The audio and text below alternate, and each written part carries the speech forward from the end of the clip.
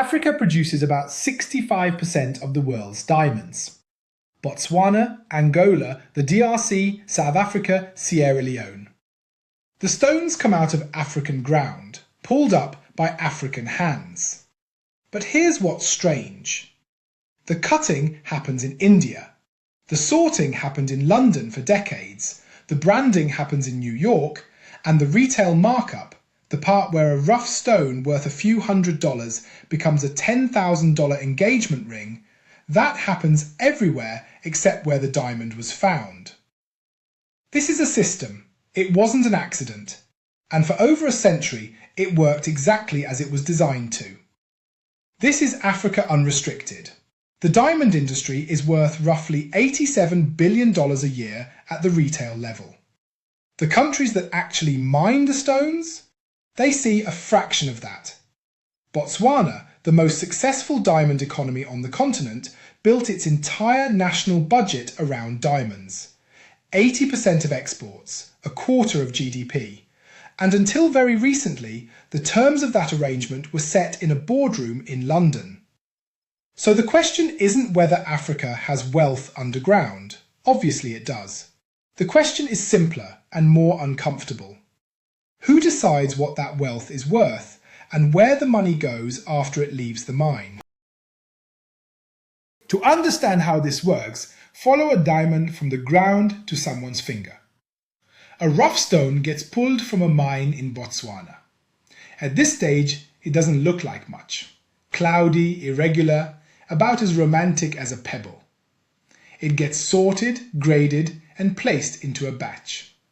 That batch gets sold to a pre-approved buyer, one of about 80 companies worldwide that De Beers has personally selected. This is called the site holder system. The site holder doesn't negotiate. De Beers shows them a box. Here's what's in it, here's the price, take it or leave it. Most take it. That stone then travels to Surat, India, where about 90% of the world's diamonds are cut and polished, or to Antwerp or Tel Aviv. The cutting adds value, the polishing adds value, the certification adds value. By the time it reaches a jewelry store in Tokyo or Manhattan, the price has multiplied somewhere between 4 and 10 times what the mining country received for the rough stone. Africa provides the raw material. Everybody else provides the markup. Now here's where it gets interesting. For most of the 20th century, one company controlled this entire pipeline, De Beers. At their peak in the early 1900s, they controlled 90% of the world's rough diamond production and distribution. 90%. That's not a market share. That's a monopoly with a marketing budget. And what a marketing budget it was. In 1947, De Beers hired an ad agency called N.W. Ayer. The assignment? Make Americans believe they needed diamonds. The result was 4 words. A diamond is forever. That slogan convinced an entire generation that an engagement without a diamond ring was barely an engagement at all. They even set the price expectation, 2 months' salary, which, if you think about it, is a pretty bold move for a rock that you can now grow in a lab for a fraction of the cost. It's like convincing the whole world that only water from one specific well can quench your thirst. And then owning the well. So if this system is so clearly tilted, why did it last more than 100 years? 3 reasons, and none of them are complicated. First, colonial-era mining concessions. When De Beers started in South Africa in 1888, negotiating with African governments meant negotiating with other European governments who happened to control African territory. The legal frameworks that gave mining companies access to African resources were written before most African nations existed as independent states. And when independence came, many of those contracts survived the transition. New flag, same terms. Second, technical dependency. Diamond sorting, grading, cutting and marketing required specialized infrastructure that simply didn't exist on the continent. De Beers built the expertise, built the networks, built the relationships with luxury retailers worldwide. If you're Botswana in 1967, newly independent, population under 600,000, you're not about to build a competing global diamond distribution network from scratch. You take the partnership that's offered. Third, and this is the one nobody talks about, economic hostage dynamics. When diamonds account for 80% of your exports, you don't threaten the company that buys them. You can't. The dependency runs too deep. It's like owing your landlord money and also working for him. You're not going to bring up the leaky roof with a lot of conviction. This is how systems persist, not through villainy, through structure. The incentives point one direction and everyone follows them because the alternative looks worse. Now, if you're looking for a country that actually played this game well, or at least better than anyone else in the continent, it's Botswana. When Botswana gained independence from Britain in 1966, it was one of the poorest countries on earth.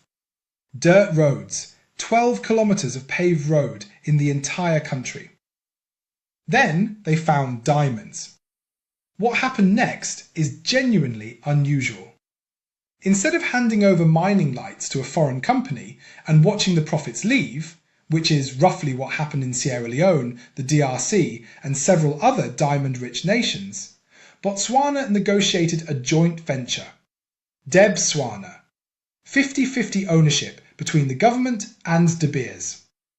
That joint venture funded schools, hospitals, roads, and one of the most stable democracies in Africa. Botswana went from one of the 10 poorest countries on the planet to upper middle income in a single generation. Diamonds did that. But even with the 50-50 split on Debswana, the bigger picture was still lopsided. Botswana owned 15% of De Beers itself. Anglo-American, the parent company headquartered in London, owned 85%. The sorting of Botswana's own diamonds happened at De Beers headquarters in London until 2013, when Botswana finally got that operation moved to Gaborone. Think about that. A country's most valuable natural resource was being sorted and priced in another country, on another continent, for decades. And the sales terms? Under the previous agreement, Botswana could independently sell 25% of the diamonds mined by Debswana through its state-owned trading company, Okavango Diamond Company. The rest went through De Beers' global distribution network, priced on De Beers' terms. Then came 2023. Botswana's government pushed for renegotiation. The talks dragged on for nearly 2 years, and in February 2025, a new 10-year deal was signed. The new terms: Botswana's share of rough diamond sales rises to 30%. After 5 years, it goes to 40%, with a future option for a 50-50 split on sales. And here's the part that made headlines. Botswana has signalled its intention to acquire a controlling stake in De Beers itself. Not a bigger minority share, a controlling stake, the mine owner becoming the company owner. That's not reform, that's a reversal. Several things are happening at once, and they all point in the same direction. Lab-grown diamonds now account for a growing share of the market. A lab-grown stone is chemically identical to a mined diamond. Same hardness, same sparkle, same everything, except it costs about 80% less and nobody had to dig a hole in the Kalahari to get it. De Beers spent decades insisting lab-grown diamonds weren't real.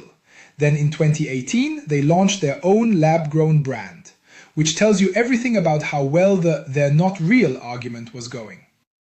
De Beers' market share has fallen from 90% to roughly 30% of global rough diamond sales.